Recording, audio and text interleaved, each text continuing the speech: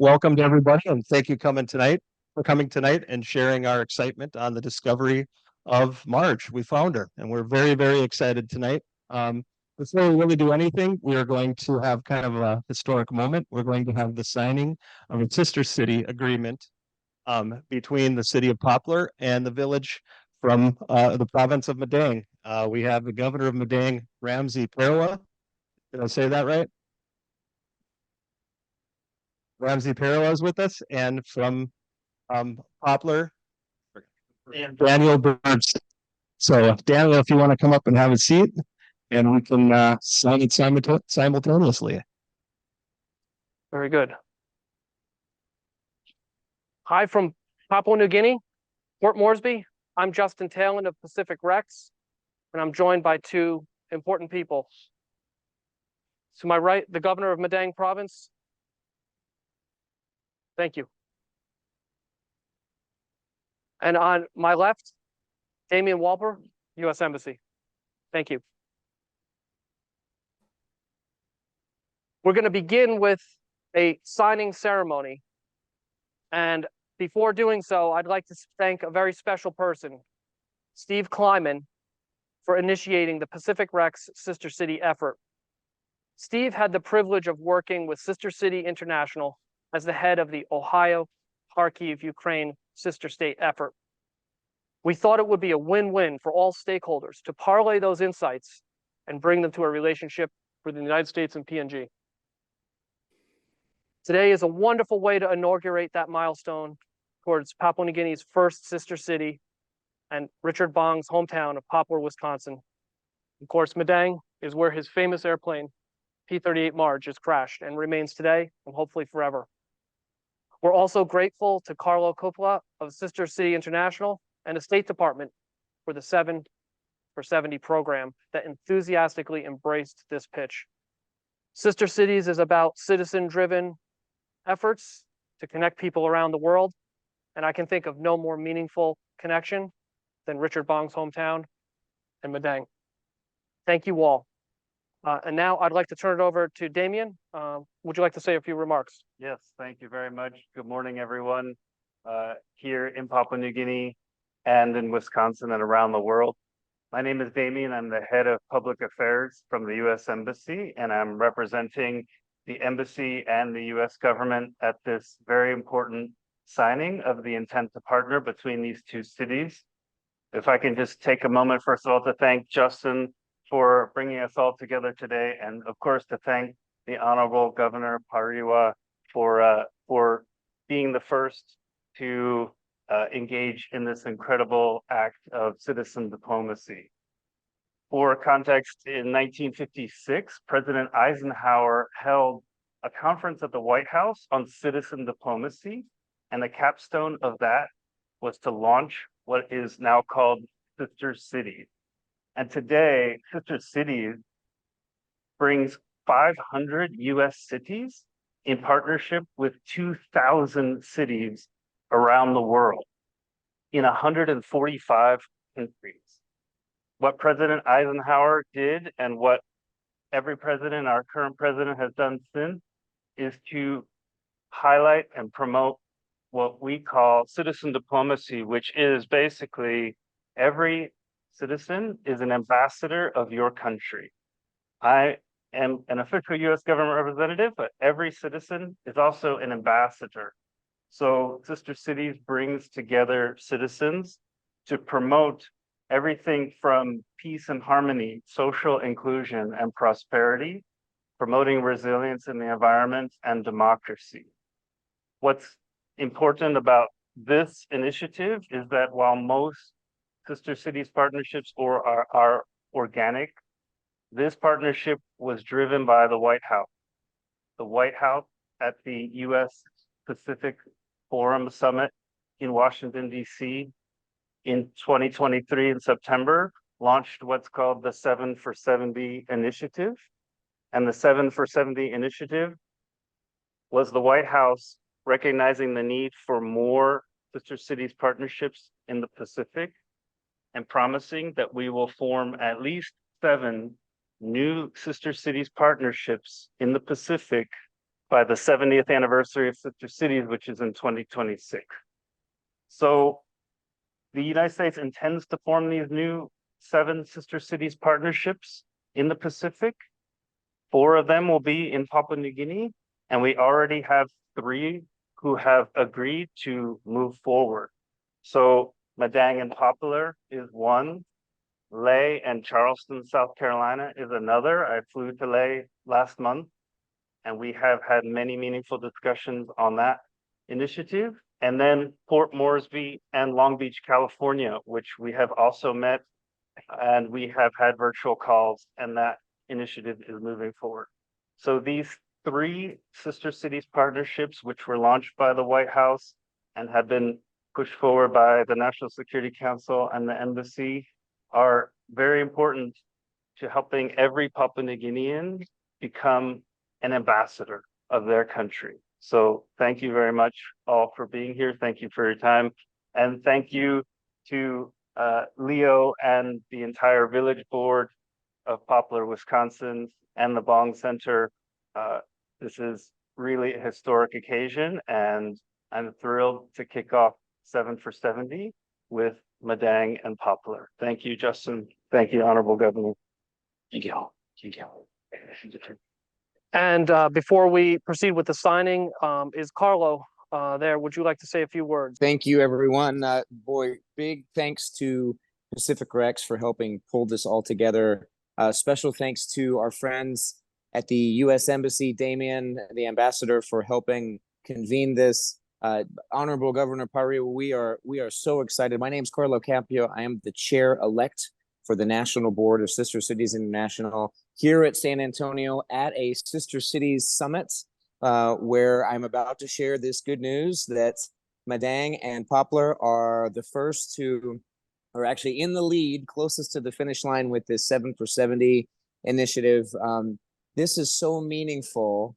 And I'll tell you, if every young person in every country could just have one friend in every other country in the world, when they grew up and were leaders in their own communities and cities, they would not want to go to war with each other. So that Sister Cities, we are all about global peace and stability, empowering and equipping the young generation, and celebrating culture with each other. I've had the chance to be in Papua New Guinea, and I can tell you it is like opening up a National Geographic magazine and stepping right into the pages. You will find no culture more vibrant, beautiful, rich, giving. And so I say to all my Wantoks, thank you, True. Me like you pala nothing true. We are so excited for this. Thank you to Brianna for helping facilitate this, and Leo and everyone in the village of Poplar. Congratulations, and we can't wait to see the fruit that this relationship will bear into the future.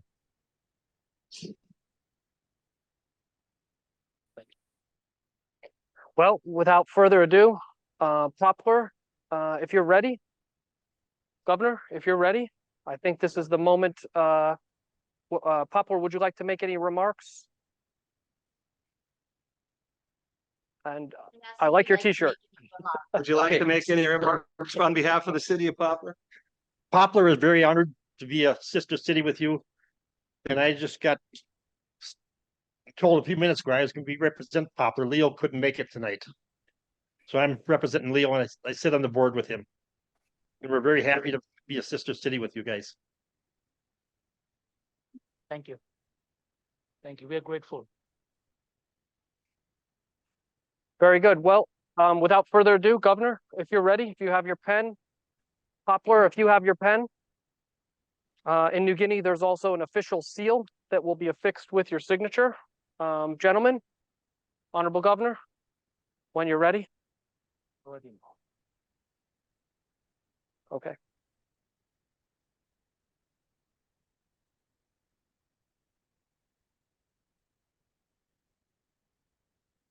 You can see him saying just fine.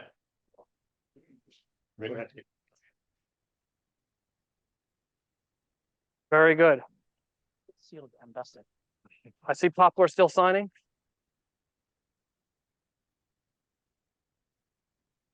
And gentlemen, let's stand up, move our chairs to the side, and do a handshake. Yeah. The other side.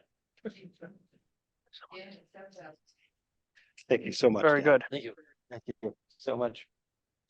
Ladies and gentlemen, entire world, it's official. A letter of intent.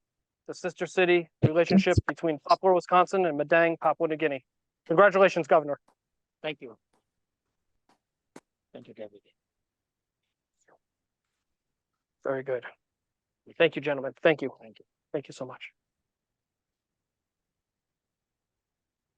Damien, go on in. Before you leave, we'll have to get your picture. Yeah. You can also. Francis? Francis, come to the side. One more. That's right. Francis, hold the document. Touch one figure. Good. That's good. Thank you very much. Thank you for your time, Governor. I know you have other responsibilities. Thank you very much. Thank you. We'll see each other again. Thank you. Very good. Thank you, David. Well, I just want to say again, thank you all for coming. And I want to recognize some pretty esteemed guests we have here. We have Jerry Fetrocotter, Major Bong's sister, in attendance with us tonight.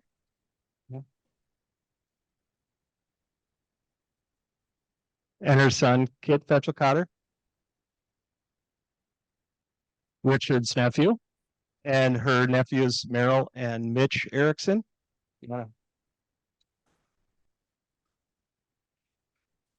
Which are all Richard's nephews, right? Correct? But I want to thank you for coming, and I want to introduce a member of our board, Joe Fisher. He's here tonight, and our newest board member, Andy Sislo, is in the back if you want to hold your hand up.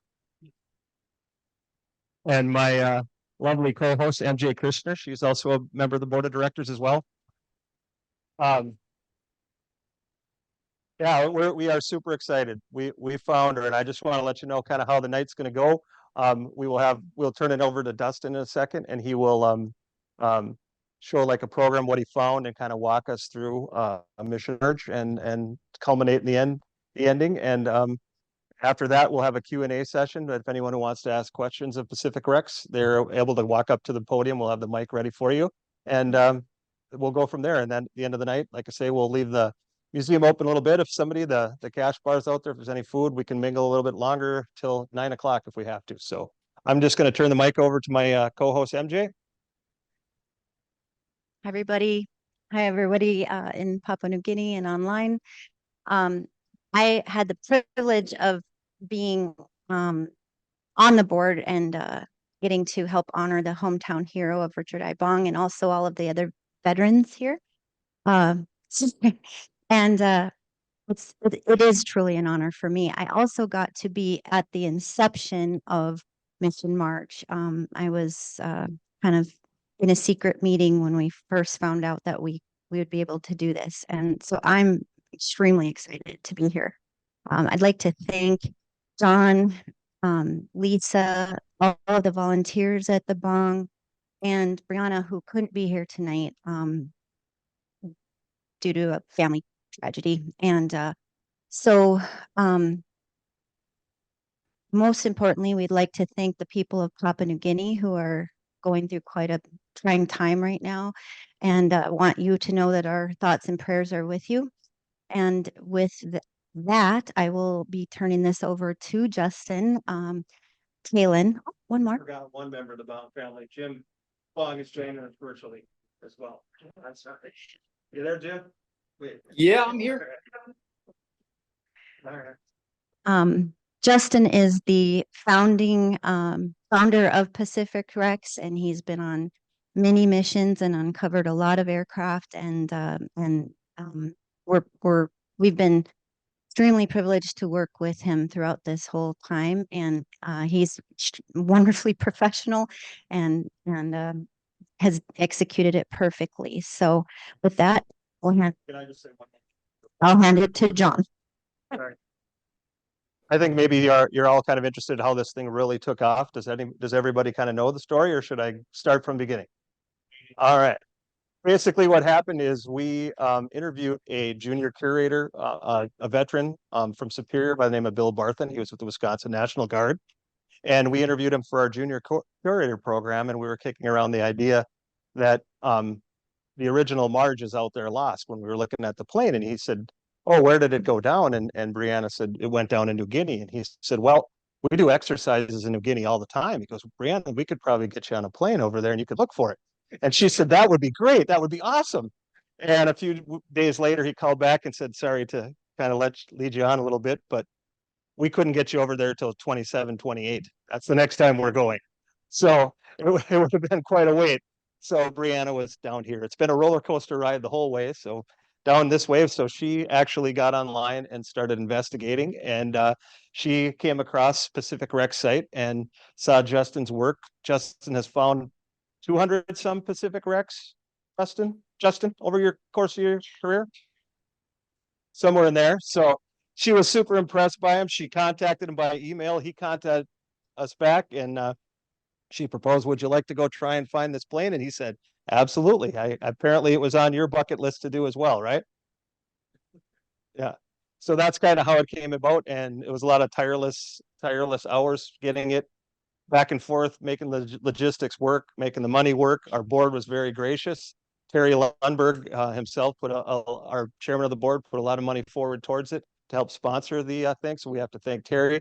But this was Brianna and Terry's baby for the most part. And I'm super upset that, timing is terrible in life, but Brianna, unfortunately, her grandma passed and she was not able to make it tonight. And I know she's heartbroken about it, but I just can't let it go without saying what a great job she did in putting this all together. We thought there might be a 10% chance that we'd locate something or anything over there, just talking to us beforehand. But the more we talked to Justin, the more we felt confident. We're back up on that roller coaster again. Actually, Brianna, we gave her the news that we were going to send her over there to kind of meet them when they came out of the jungle, and Joe was going to go with them too, but unfortunately just didn't work out, the timing and all those sort of things. So this is a great replacement for that, and I hope you guys have a great time. And like I said, once it's over, we'll have a time for a Q&A. So are you ready to take it from here, Justin? We're ready. Justin Can you hear me Talon, now? Pacific Recs. Thank you for that incredible introduction. And John, I second you. There's one person that I'd like to thank and recognize, and that's Brianna Fayant. Her first email that you described is the genesis of this project. She had the vision to find Marge, and Brianna, hopefully you'll see this recording later. Thank you for your support. Thank you for believing in Pacific Recs. We did it. Before beginning my remarks, there's one more special guest joining us, my Bong family member, James Bong, who would like to say hello, read a letter. I saw in the audience that there's other family members there. Jerry Bong, if you can see me, I'm waving to you, and I'm so grateful that you're out there tonight. Hopefully you'll enjoy hearing this presentation again, and I wish I was there to shake your hand and give you a hug. You look great, and without further ado, I'm going to turn it over to Jim to say a few words. Thank you, Justin. Can you hear me? Great. Hi to all my family members there: Jerry, Kit, Mitch, Merrill, and Justin. You obviously, and Justin and I talked for quite a while before this expedition, and he tried hard, and we tried hard to get it so I could go there with him, kind of thing. And I appreciate it. And it's just too many hurdles to make happen with too short a time. But maybe next time there, Justin. Love to be there. But anyway, I'm going to read a prepared statement that Justin read at the site there in New Guinea. And I'll read it so that everyone else can hear it. So here we go. To the people of Papua New Guinea, my name is Jim Bong. My uncle was Richard Bong. Like my uncle, I joined the United States Air Force and also became a fighter pilot. As a military pilot, I understand the deep connection between pilot and plane. My uncle named his plane, his P-38 Marge, after his girlfriend, Marjorie. He plastered her photograph on the nose of his aircraft and married her on his return home from New Guinea. To me and my family, Major Bong is our uncle. In the case of my Aunt Jerry, her brother / our kin. He served his country flying over 200 combat missions during World War II. Then tragically, He died flying a new airplane in California in 1945. Ironically, the same day they dropped the atomic bomb on Hiroshima. On behalf of the entire Bong family, I wish to thank the great people of Papua New Guinea for sharing with us the privilege of honoring this historical site. And thank you to Pacific Rex and the Richard I. Bong Historical Center for making this event happen. And finally, thank you to the people of Wisconsin and the United States for never forgetting the sacrifices of all those who fought and died for our freedom when the world was in peril. It is our sacred duty to honor their memory forevermore. With deepest respect and humble gratitude, Jim Bong. Thank you all. Thank you, Jim. It's an amazing letter, and for all those watching, we read that letter in the village, who are the landowners of the crash site, in both English and Talk Pidgin. And to tell a little bit about that and introduce himself, I'd like to introduce a very special Papua New Guinea person, Mr. Norman Nyack, who's joining us virtually from Madang. As Norman comes up, I'll mention a little bit about him. We met Norman here in Madang. He attended the State Department call about sister cities. He is from the coastal area where P-38 Marge was located and identified. And he said to me afterwards, "I'd like to come with you and your team." I didn't know this Mr. Nyack, but immediately I was struck by his honesty and his candor. Not only did Norman accompany our expedition, he was instrumental in our success as a aide to the governor, as his representative. Norman knew every place we went. He knew how to talk to the communities, the LLG, local level governments, and with his help and support, we not only had a successful expedition, but we had a great time. So Norman, if you're there, please introduce yourself to Wisconsin, the Bong Center, and everyone listening around the world. Norman, are you there? There he is. Hey, Norman. Hope I'm not muted. Okay. Hi, everyone. I am Norman Nyack from Madang, Papua New Guinea. And it's a privilege now this time to just say thank you to the Bong Center and all the audience online. Yes, I thank Pacific Rex, Justin, and his crews for coming here to do the search. I was one representing my honorable governor, Ramsey Parwa, and the people of Madang to be a guide and also a part of the search team into the actual location where Marge was found. So with my local knowledge, I was able to lead the team into the exact place where P-39 Richard Bong's plane crashed some 8 years ago. So it wasn't that easy. The location is not that easy to find, but with perseverance and commitment from Pacific Rex, we managed to have all our search work mission completed. And I am happy the locals later found out that there was a connection that was missing. And through the finding, through the search result, everybody valued that we were connected to USA through Richard Bong's plane, which was on our land. So I was happy, so happy that the team came over to value the history of Richard Bong in my place, in the district, in Madang Province in Papua New Guinea. With that finding, it also excited me and my governor to go into sister city relationship, which is really meaningful. I don't know other cities who are connected to Sister City International USA, but for Madang, I think that legacy of World War II really connects us. So I'm happy to be here online talking to the Bong Center and all the online audience. I am happy to continue maintain the legacy and the value of Richard Bong in my place, my local communities. People will respect as we have talked to the communities around since the crash. The plane was untouched, although there was some disturbance. We made awareness that it will be kept. So I am now to finish off my speech, inviting Bong Center in USA.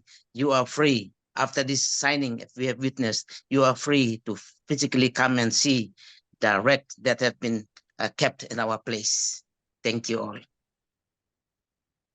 Thank you so much, Norman. And for those of you listening in Wisconsin, you're going to have to leave your winter jackets at home. And perhaps you're going to meet Norman and myself in beautiful Madang. Thank you, Norman. You're welcome. Next, I would like to invite a Pacific Rex volunteer, Joel, to join me here. And I'll say a few words about Joel as he's joining me on stage. Joel is a photographer. He's also a friend. And today just happens to be Joel's birthday. So happy birthday, Joel. Thank you. Thank you very much. Before we get into the historical presentation, many of you may have seen Joel's beautiful photographs of the expedition. Perhaps some can be shown on screen over top us as we talk. I met Joel online when he sent an email to Pacific Rex when he was working on a story that was about a plane wreck he had visited in his youth and photographed again later. That story appeared in a newspaper, the New York Times. Since then, we've kept in touch. I've always dreamed about bringing him on an expedition to bring his artistic eye, his skills, his creativity to this work. And Joel, I wanted to give you a minute to talk a little bit about your role in this mission, what you saw, what you felt, and shooting probably the most interesting subject matter, a crashed airplane from 80 years ago associated with perhaps the world's most famous pilot. Yeah, I think I'll be pretty brief, but I'll begin by saying in 1986, when I was 12 years old, I saw my first World War II plane crash in East Sepik Province here in Papua New Guinea. And yeah, in short, it helped put my young self into a broader context. To be able to see a wreck, to smell what time does to a wreck, to hear the insects that, you know, every day since the plane crashed in this location have been making their sounds. It put myself in a larger context, and so when we visited this wreck a couple weeks ago, yeah, I think even more than the specific story of this wreck, it was more just the broader scope of this terrible war that happened. All the machinery, all the people, all the many things around the world that were lost and destroyed, and it's to be at a place like this is to be in a kind of classroom. And yeah, I'm actually saying this worse than I expected to, but well, Joel, tell us about some of the challenges of shooting in the jungle. Maybe we're looking now at some of your beautiful images, the beautiful jungle scenery, the mountains, the rivers, the streams. Your eye captured it. And it's looking at these pictures now, it's hard to believe even that we were there. Yep. But what sort of challenges do you experience as a photographer, and you know why or what jumped out at you to photograph and capture? Yeah, one challenge is just getting tired on hikes, and then by the time you get to the crash, you kind of want to take a nap. And I think subconsciously it's easy to not bring all of yourself to the event when you're just drained from the heat and humidity and the walk. So one challenge is just to remember what you're doing. And even if you're not at 100% energy, still do it.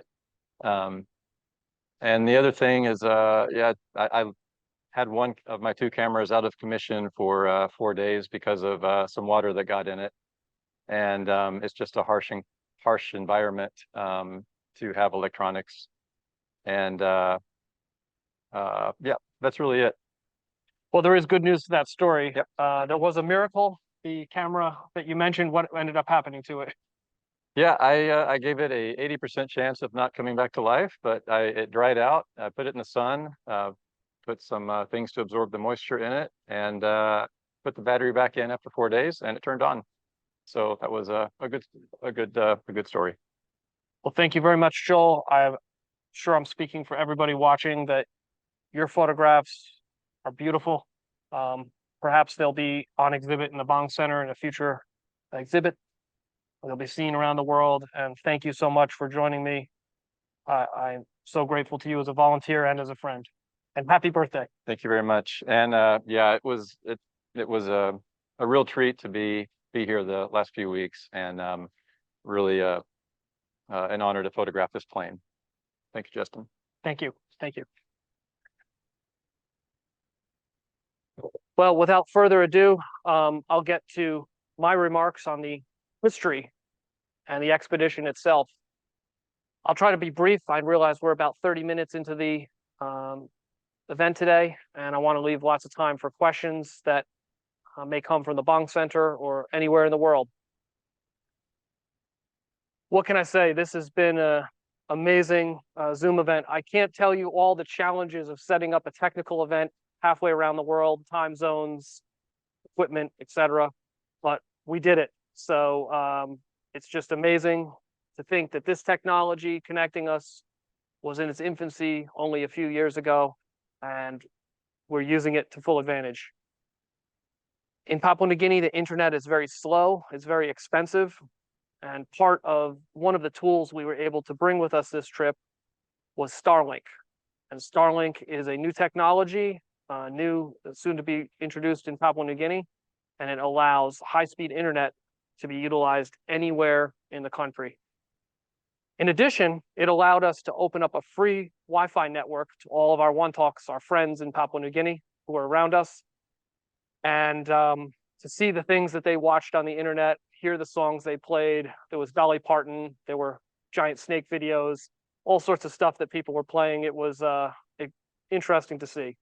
But because of that tool and our internet connectivity, we were able to bring this trip to the Bong Center and to the world in ways that were never possible before.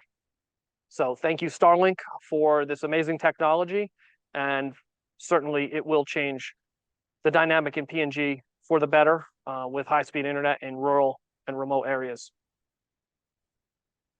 To begin my remarks, as I mentioned with Brianna's email, this expedition really is the search of a lifetime. Like everybody who is a student of history, I knew the name Richard Bong. I knew him as one of the most famous pilots in the world and America's top ace of aces. And I also knew his airplane, the P-38 Marge, with the decal of an adhered photograph of his then girlfriend, later wife, Marge.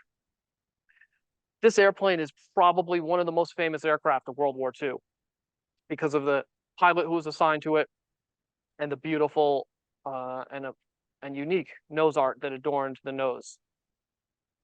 Richard Bong's P-38 began life in Burbank, California.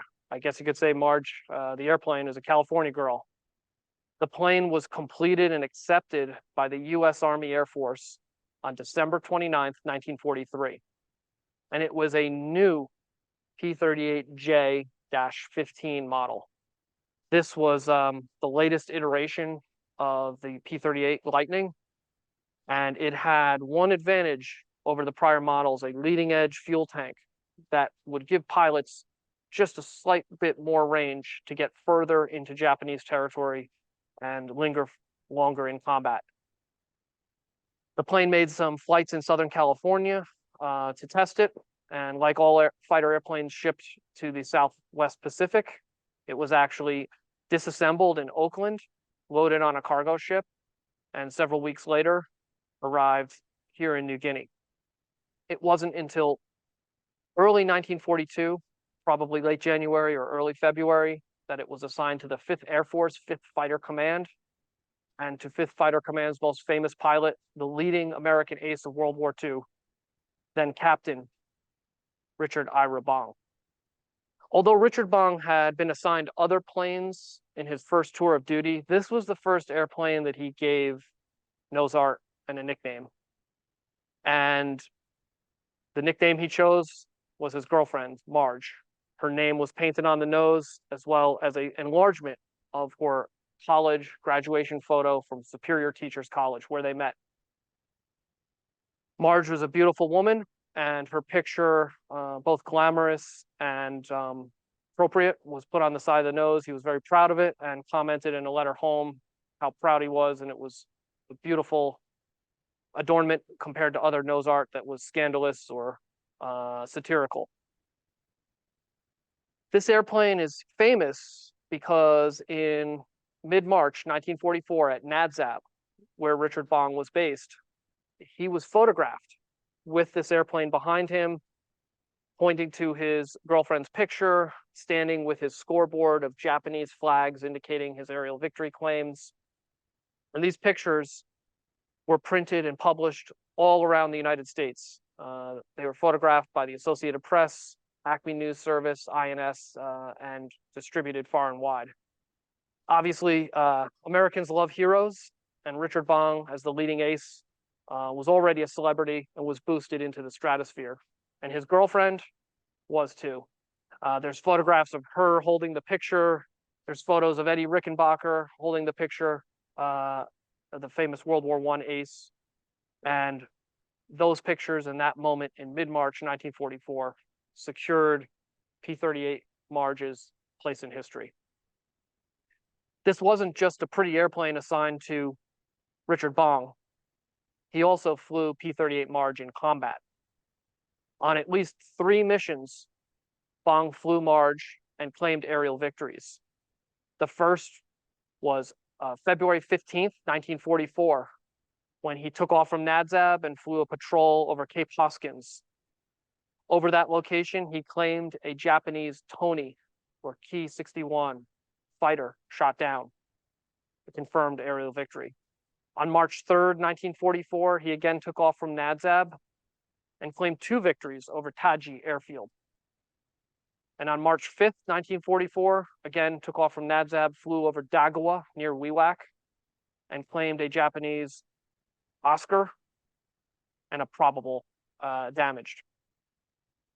He wasn't the only pilot to fly this plane. At that time, Bong was helping a new squadron, a night fighter squadron, to familiarize herself with the New Guinea area, and his plane was flown by another pilot named Lieutenant Thomas Malone. Malone flew the plane successfully on March 23rd on a morning patrol and reconnaissance, and on the morning of March 24th, 1944, he took off again. During that flight, he experienced bad weather, and P-38 Marge began to have mechanical issues, electrical failures. He was unable to control the airplane and opted to bail out. Luckily, Lieutenant Malone's parachute opened and he landed safely and managed to reach friendly American forces and return to duty. Apparently, Richard Bong was not pleased when he learned that P-38 Marge had been crashed and was not very happy with Malone, but admitted he had experienced some mechanical issues while flying it, and a new plane was assigned to him afterwards. At that point of the story, the history of P-38 Marge ends. Malone probably never saw it crash from the moment he bailed out. Reportedly, several days later, a U.S. Army patrol did locate the crash, did visit it, but since no one had died there, and probably they were unaware that this was a famous airplane, it was just a routine Army patrol, and nothing more was thought of it. Flash forward 80 years. With the support of the Bong Center, Pacific Rex, led and executed an expedition to attempt to relocate the wreckage of P-38 Marge in New Guinea. The challenges were daunting. Even if the plane was there, perhaps in the last 80 years, natural impacts like landslide or erosion or even an earthquake could have buried the aircraft and removed every trace of it. On the man-made side, perhaps locals had removed the plane for scrap metal, not aware of how historic it was, or a logging company could have run their bulldozers over the site. We just didn't know. So I made it very clear to the Bong Center and myself that although there was strong historical references about where the plane might have crashed, until we got there, until we earned the trust of the local people, and until we investigated ourselves, we could make no guarantees. In fact, when we got to the area, we were shown an aircraft wreck. It wasn't Richard Bong's Marge, it was a Japanese airplane, an Oscar Hayabusa crash site. This was a World War II airplane, but it was a Japanese plane. It was a fascinating crash site that we documented and explored, but it wasn't the one we were looking for. Luckily, the community knew about another plane further inland that all the people we were with had never really seen themselves, but they had heard about it from their ancestors, their forefathers. We mounted an expedition trekking across Krunai grass, up and down hills and valleys, along streams, and then finally up a steep gully. And along the way, we saw pieces of wreckage. First, small pieces of aluminum. Could be a Japanese airplane, could be a drop tank. We just didn't know. As we got closer, I saw more and more pieces that I recognized as associated with a P-38 Lightning. Finally, as we reached the top of the crash site, we saw the engine mounts and tips of the propellers of the two engines, and I realized we were standing on the point of impact where a P-38 had dove into this valley. Both engines had embedded several meters into the ground, and where I was standing between them was likely where the cockpit area was, where the nose and cockpit of Marge were buried in that same soil. So only portions of the airplane were on the surface, but I immediately realized that nearly all the airplane was there, if not strewn down the hillside, buried in the ground. The Pacific Rex team of volunteers, Joel, myself, Steve Kleiman, Norman Nyack, and all of the guides and helpers that were with us, began looking for identifiers. Every airplane from World War II has numbers all over it. Some of them are subcontractor part numbers that unfortunately are quite meaningless today. Others are unique identifiers. And a plane like P-38 Marge had a serial number issued by the US Army Air Force, a constructor number issued by Lockheed. Finding these numbers and matching them to what we expected for Marge would be a positive and definitive ID. But we weren't finding them. We were seeing things that said made in the USA. We saw data plates that said P-38J. And finally, looking at a piece of wreckage, I realized this was the wingtip. And on the wingtip saw it was painted red. Richard Bong's Marge had red wingtips, red tail tips, red propeller spinner. And on the tip of that wing was a stenciled black serial number with the last 3 digits of the plane, 993.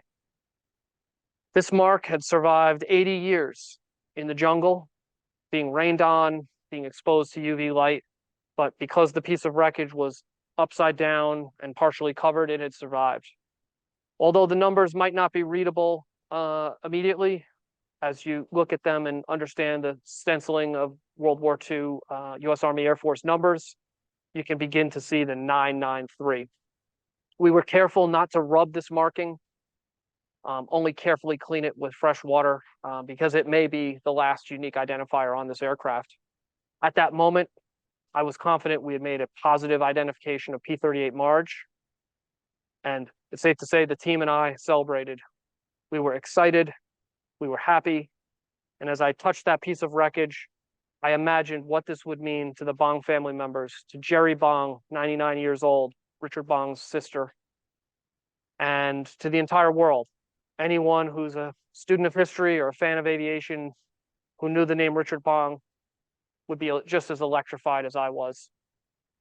So with that, I'd like to close my remarks, invite any questions from those of you in the Bong Center or online. And as you heard Norman say, perhaps in the future, some of you may travel to New Guinea to visit this site yourself. It'll be an honor to guide you. It'll be an honor to work with you. And I hope the first visitors are from the Bong Center.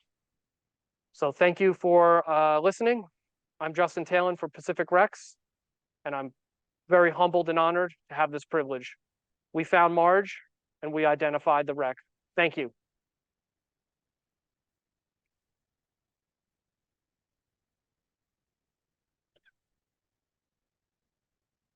Would anybody like to hop up and ask the first question?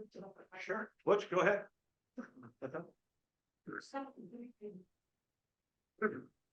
How far was it from the last village? I mean, to run.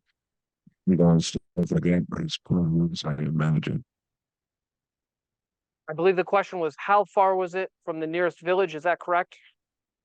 Yes. Yes, the trek took the entire day. It was not easy, but on the same token was not extremely difficult. I think anyone who was motivated could make this trek. I believe, Joel, it took us about 3 hours trekking through various terrains from the nearest settlement to the crash site. Even our guides, the landowners, they had never been there, and it took them some time to orient and find the crash site that they had heard about from their ancestors. So it was, of course, our first time, but for everyone there, including members of the community, it was the first time that they had seen this plane with their own eyes. Hello, my name is Jerry Yankee. I'm a retired Air Force veteran. I was a member of 149 at the time of the restoration. I actually donated the parts to the airplane in the last place for that seatbelts. My question is there an opportunity for the plane that the impact on this plane with the museum? Unfortunately, I couldn't hear the question. If somebody can relay it to me on WhatsApp or say it into a microphone, I'm so sorry, I could not hear the question. Here, Jerry, I'll give it a shot. Okay, thank you. Hi, Justin, can you hear me? Yes, I hear you clearly. Justin, Jerry was a member of the 148th, and he was a part of the restoration effort of the P-38 here. And his question was, will a piece of what you found or something be coming back? Got it. First, Jerry, thank you for your efforts restoring the Marge in the Bong Center. I had the opportunity to see it in March. It is a beautiful, perfectly authentic job on a real P-38. I salute you and the team. I looked through in the archives, the restoration book, and I was blown away by the project that you undertook. And I'll hope to meet you in the future and shake your hand. Regarding the wreckage of Marge, in Papua New Guinea, all war wreckage is owned by the independent state of Papua New Guinea. It's administered through the National Museum and Art Gallery, NMAG. Any piece of an aircraft that was to be removed for a museum-to-museum basis needs museum approval. Our visit and this effort was a non-invasive site survey, meaning we removed nothing from the crash site, and we only took photos, videos, and measurements and so forth associated with creating a deliverable that will document what exactly was there the day we visited. So no, we did not remove any pieces of the airplane out of respect for the law of Papua New Guinea and the integrity of the site. In the future, if the museum and the Bong Center deem such an endeavor to be of importance, I hope they explore that with the full cooperation and support of the museum. But I can say, truthfully, that the exciting thing about the Marge crash site is it's here for anyone to visit and respect. And for anyone who has traveled to the places where a historical event has happened, it's something special. You can see a restored P-38 in a museum or an air show, but to go to where one crashed, to see it with your own eyes, is a unique experience. So I invite you or anyone else who has an interest to make the trek to Papua New Guinea, land of the unexpected, and you can see P-38 Marge yourself. Thank you. Ask a question. In the other room, if we're too close, they can't understand. You can just maybe stand back like a bus. Perfect. Perfect. Thanks. Do you think that it would ever be possible to salvage the wreckage of Marge's picture on the nose of the plane? That's a great question. We did not locate any trace of the nose art, the photograph, the nickname Marge, or the Japanese victory flags. In my opinion, they are probably buried in the ground between the two engines that impacted. The site would have to be excavated, an archaeological process undertaken, and that, of course, would change and destroy the integrity of the in situ nature of the crash. Also, the nose art was a photograph that was adhered with adhesive, a dozen coats of sort of a lacquer to make it stay on the nose, just like people put a decal on a car wrap, I guess you say today. So even if that piece of the nose existed, I think the chance that a photograph with only a few layers of lacquer from 1944 is very unlikely to survive. In New Guinea, there's insects, there's bacteria that eat everything, including photographic paper that has chemicals in it that probably taste delicious to bugs. And unfortunately, I think it's highly unlikely that any trace of the Marge nose art remains at the crash site. But perhaps that will be a topic for future exploration. On a final note, the Bong Center provided several large posters that we donated to the community.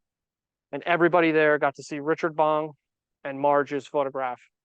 And people in New Guinea are very similar to the Bong family. Everyone in New Guinea is a farmer, and many people are from small villages.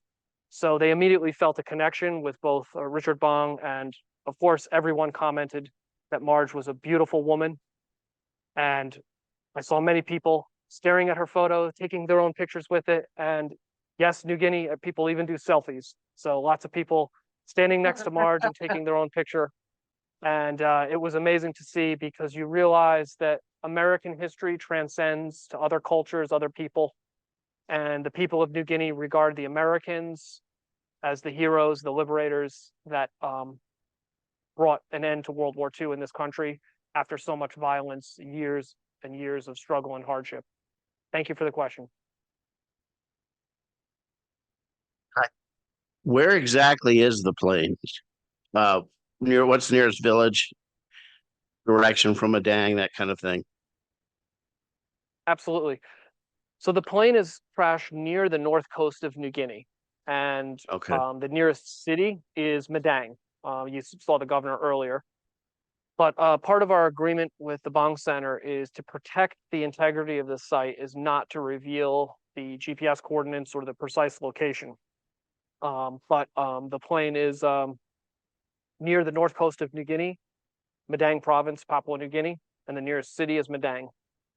Okay. All right, thanks.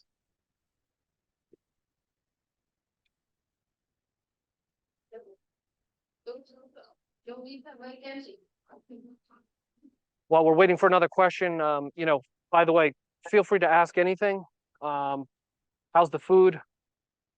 Are there scary bugs and insects? And I'll tell you a story just to fill the time. Oh, there's another question. Go ahead. Did you come across any stories from locals on like myths about the crashes or anything like that? Absolutely. Great question. Thank you. Yes, in Papua New Guinea, there's a oral history and oral traditions. Sadly, all the elders who were alive during World War II are now deceased, just like is happening in our country. But their children and grandchildren have heard the stories and know them. And amazingly, the P-38 crash site that we visited, there was a story in the village that they had seen the pilot parachute. Their ancestors had helped him and knew that he was joined the Americans and was safe. They didn't know his name. That, of course, was Lieutenant Thomas Malone, but they had that memory. And what is so unique about coming to New Guinea is generally almost everything that PNG people tell us is actually true. They may have some facts wrong, they may have some dates or impressions wrong, but the knowledge that is held in these communities and in these clans and villages is their history and their interpretation of the war. So we were honored to record that story. And amazingly, we learned that 2 pieces of wreckage have been removed from the site. They're part of the outer wings, and they remain in the village where they're used as a bench. And for the past probably 50 years since these objects were recovered by individuals who are now deceased, but the community reckons around the 1950s, parts of Richard Bong's plane are used every day by people to sit on as a bench. And we saw them ourselves and sat on the P-38 bench, which is part of P-38 Marge.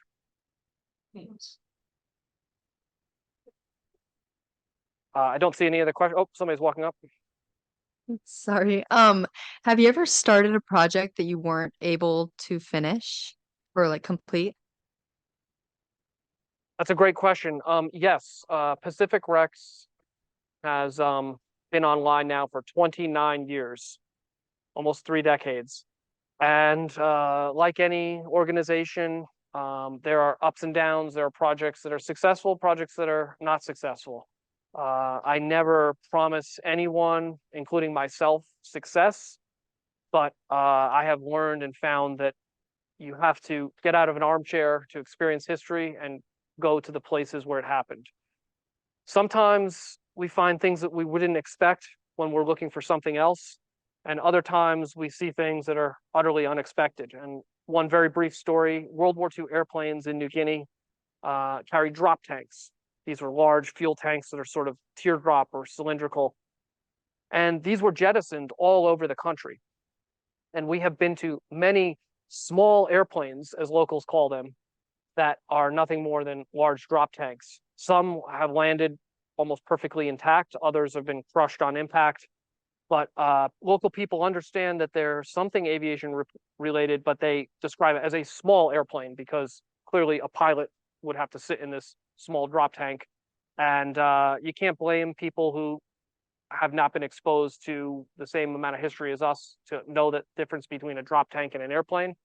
So every drop tank I've seen, I'm very thankful, very grateful, but explain that no, a small pilot didn't sit in this. This is just the fuel tank of an airplane. And by the way, the word for airplane in Tok Pigeon, the language of New Guinea, is balus. So the term that they say is liklik balus, or small airplane. And I say, no, God, this petrol tank full of balus, that's all. Thank you for the question. Where did you find potable water for your crew when you were in the field? Great question.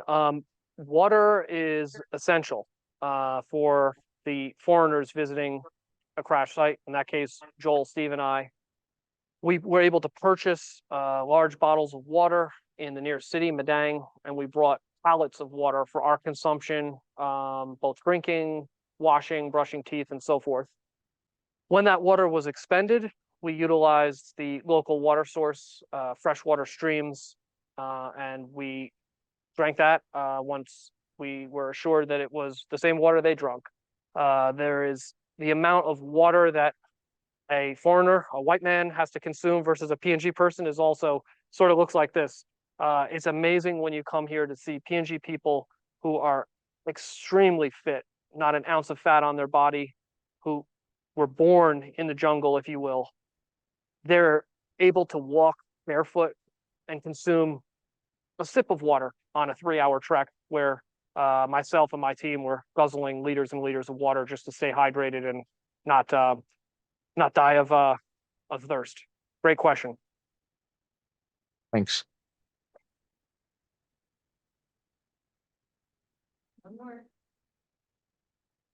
As we hit the 1 hour mark, I will see, is there any other questions, or shall we? Got one coming. Move Yeah, into there's closing one remarks? coming, Oh, somebody else Justin. coming. Okay, great.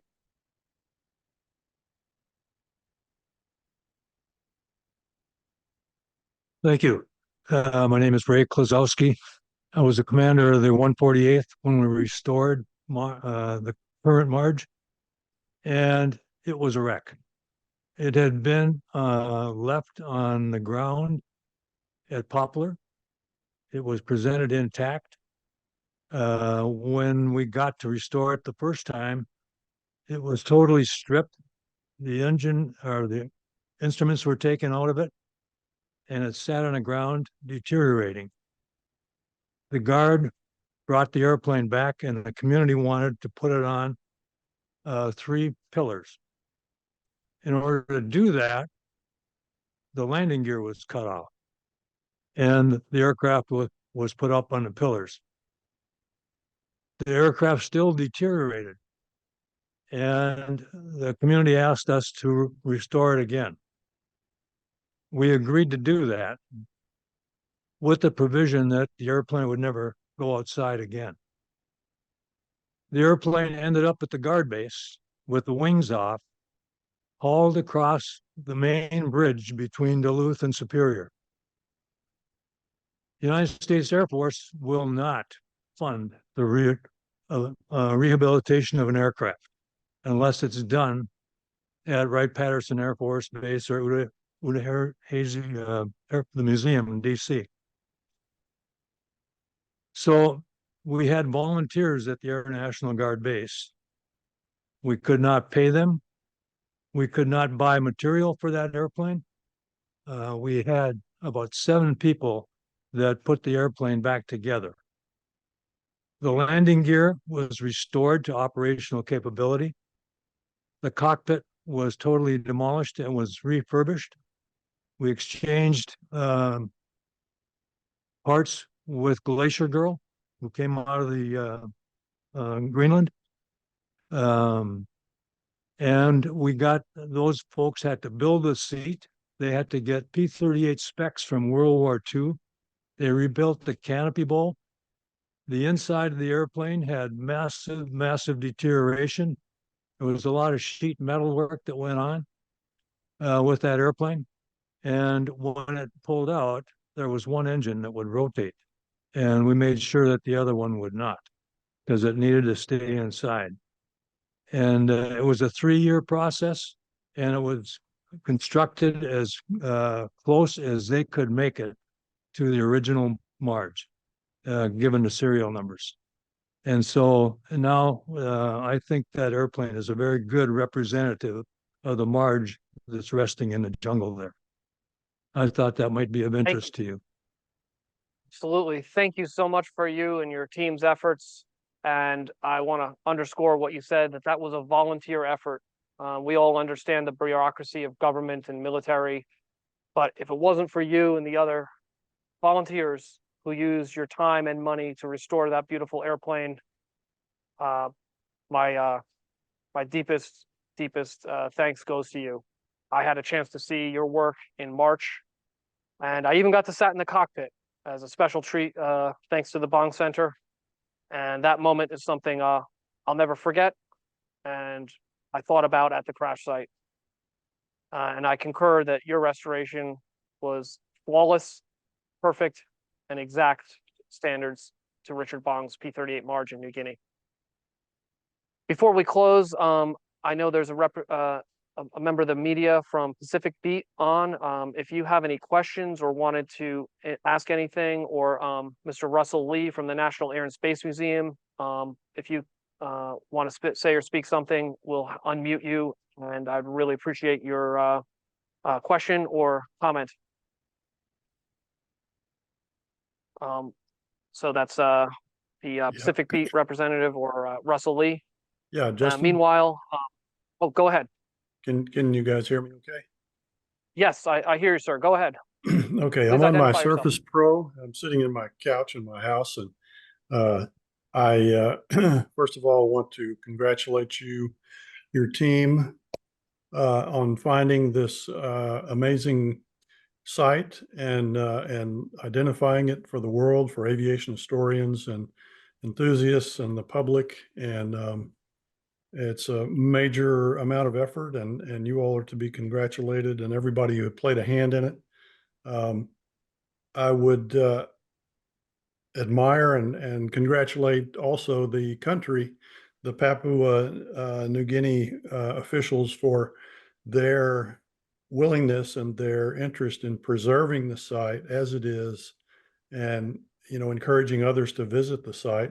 As remote as it is, it I'm sure will be a very special event, for the people that managed to get out there and actually see it. And I also applaud the desire to keep it in situ, as it is, not try to salvage it, and change that site in any way. And finally, I would just note that some of you may or may not know that the National Air and Space Museum has a P-38 that was flown by Richard Bong in May of 1945. And he flew it for about 30 minutes out of right field, conducting a test of some kind of new manifold or mechanism or cooling system. And about 15 or 20 minutes into the test, one of the engines failed. And so he immediately brought it back and landed it. And that was the extent of his flying of the airplane. But it did end up in our collection. It's been preserved pretty much as we acquired it, I don't know, 40 or 50 years ago. It's not been restored. And so it, is one of those authentic appearing airplanes. It's very run of the mill, doesn't have any special markings on it as Marge would have, but you can see the airplane if you go out to the Stephen F. Udvar-Hazy Center. And we're honored and proud to display a P-38 and especially an airplane that America's greatest ace, Richard Bong, flew. So I thank you for letting me know about this event, and I appreciate your inviting me to say a few words, Justin. And again, congratulations to you and the whole team. Excellent, excellent work. Thank you. And Mr. Lee, can you identify yourself and your position for those that don't know? Of course. My name is Russell Lee. I am currently chair of the Aeronautics Department at the Smithsonian National Air and Space Museum. Thank you. And if you don't mind me saying, I first met Mr. Lee as a very young man, probably 14 years old. And I went to do research at the National Air and Space Museum very naively. I wanted to know about Japanese aircraft and wreckage in New Guinea. And Mr. Lee was the curator at that time who assisted me and encouraged me. And he told me, hey, Justin, keep up the good work and come back and visit us again. So, sir, thank you. And it's been a few years. It has been, Justin, and I'm so thrilled to see you still pursuing your passion. And obviously, all this many years of hard work is paying off with these magnificent finds, such as Marge. Thank you very much. And finally, was there any question from the Pacific Beat? If not, we'll turn it back over to the Bong Center to see if there's any questions or wrap it up.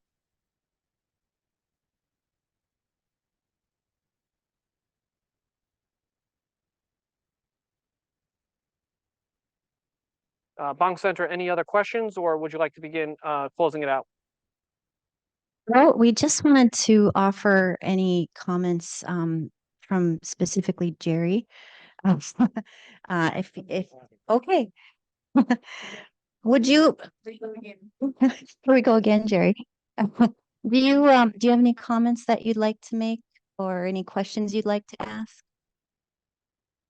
Well, I asked one last time, and it's not going to happen. So just wish them luck with their project, whatever they plan on doing with the plane. I don't know what their plans are, but whatever, wish them luck. Great. Thank you, Jerry. And it's an honor to see you here. Thank you for coming out. You've met people from PNG now, and perhaps there's a will and a way we could get you out here too. But I'm waving to you from Papua New Guinea, Richard Bong country. Your brother flew here, fought here, lived here, and is America's ace of aces. Thank you, and I'm so glad to have met you once and shook your hand and give you a hug. So thank you very much, Jerry.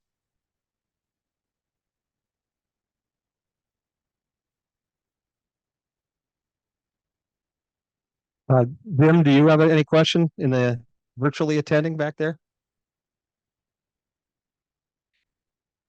We must be muted. Mr. Mitch or Merrill, anything to?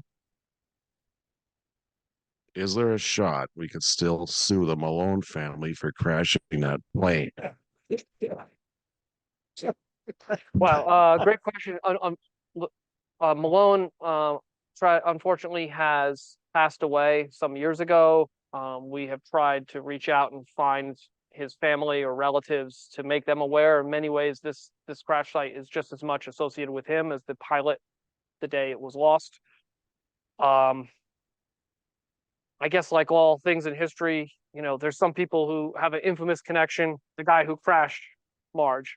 And apparently Richard Bong was not happy with him, but they did make up and remain friends.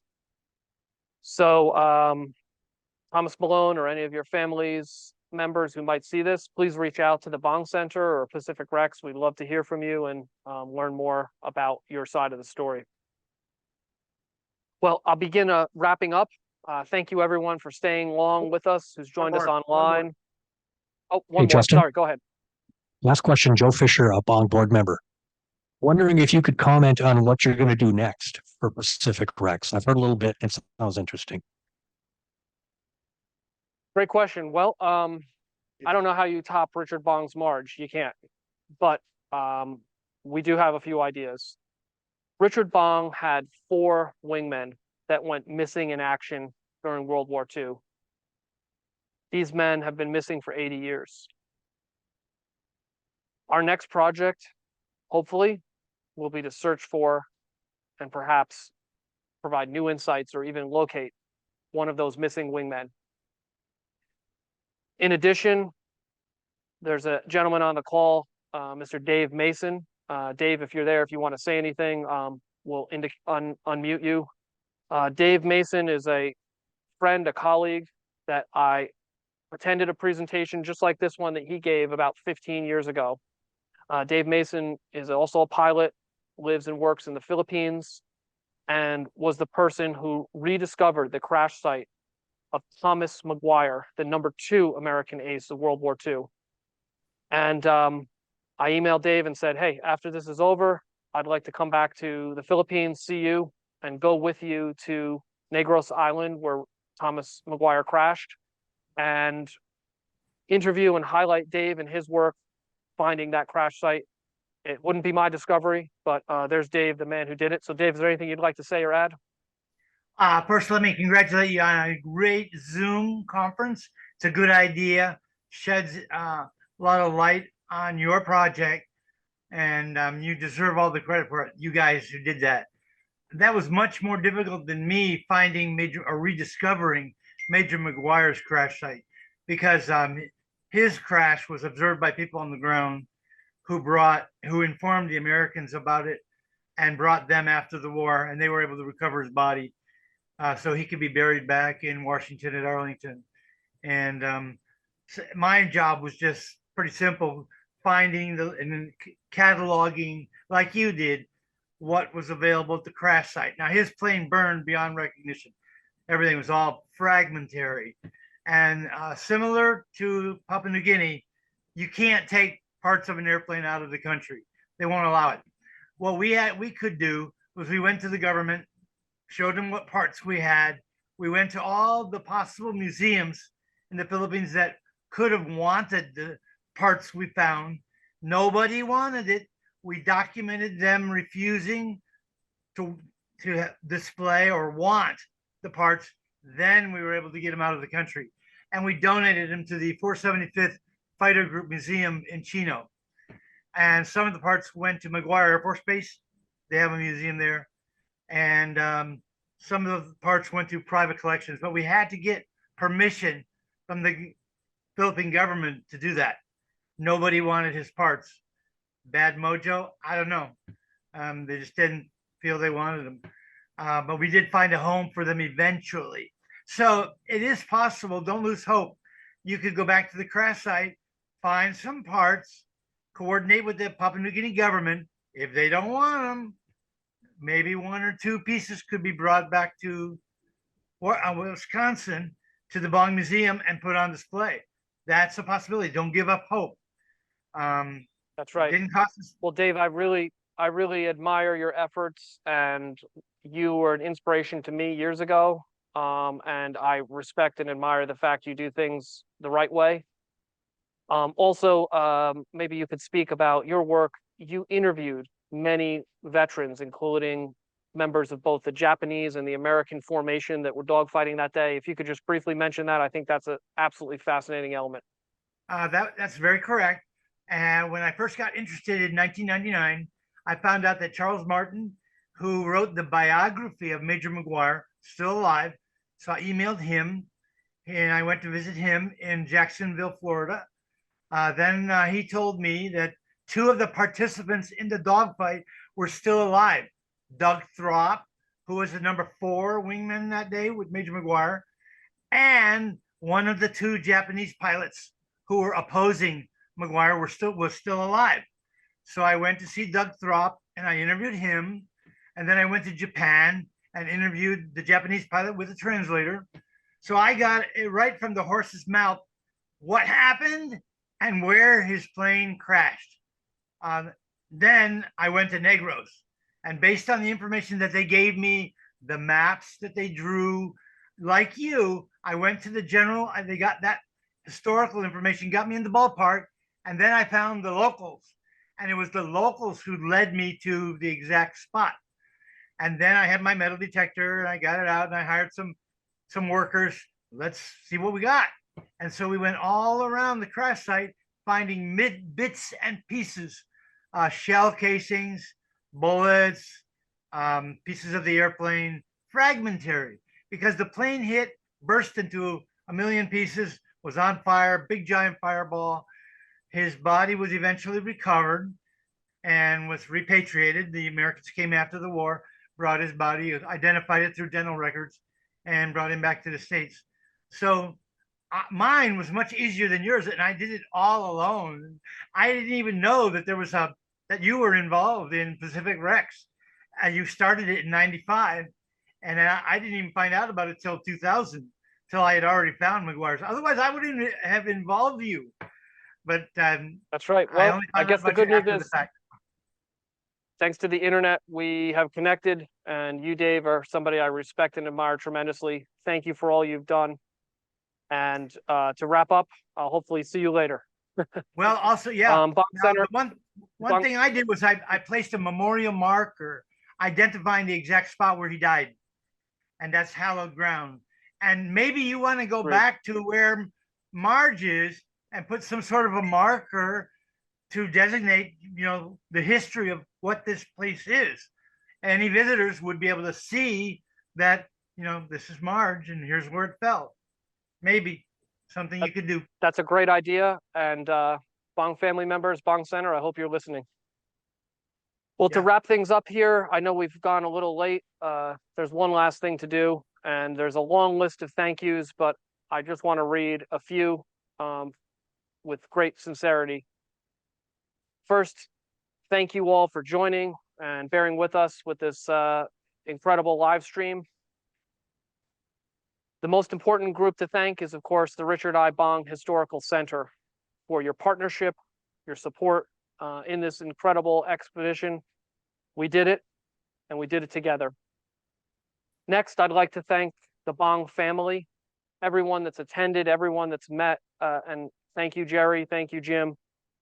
We read your letter in the village, and I feel like part of the family, thanks to you.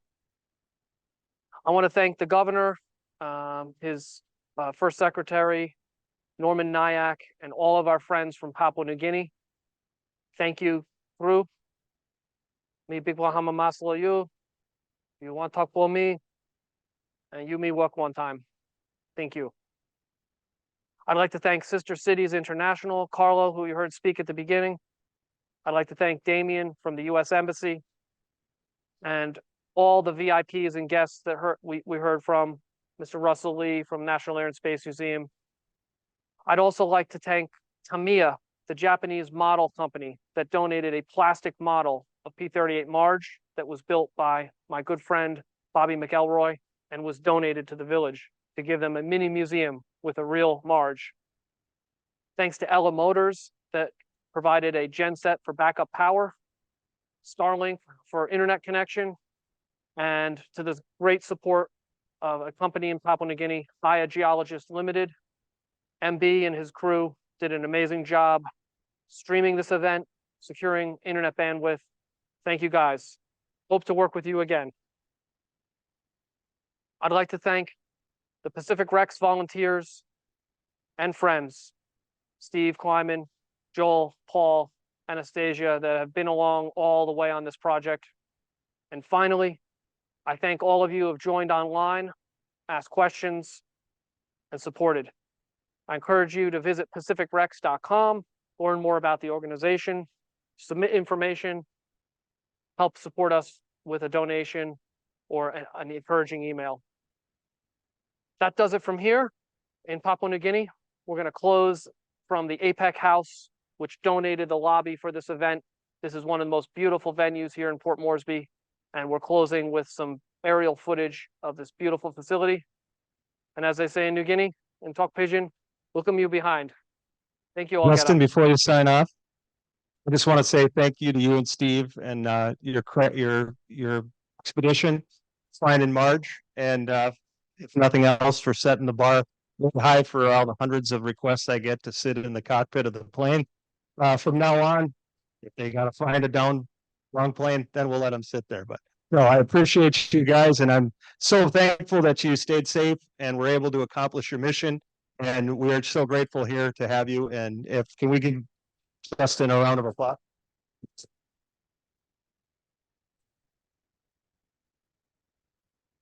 Thank you, sir. And Thank you, everyone.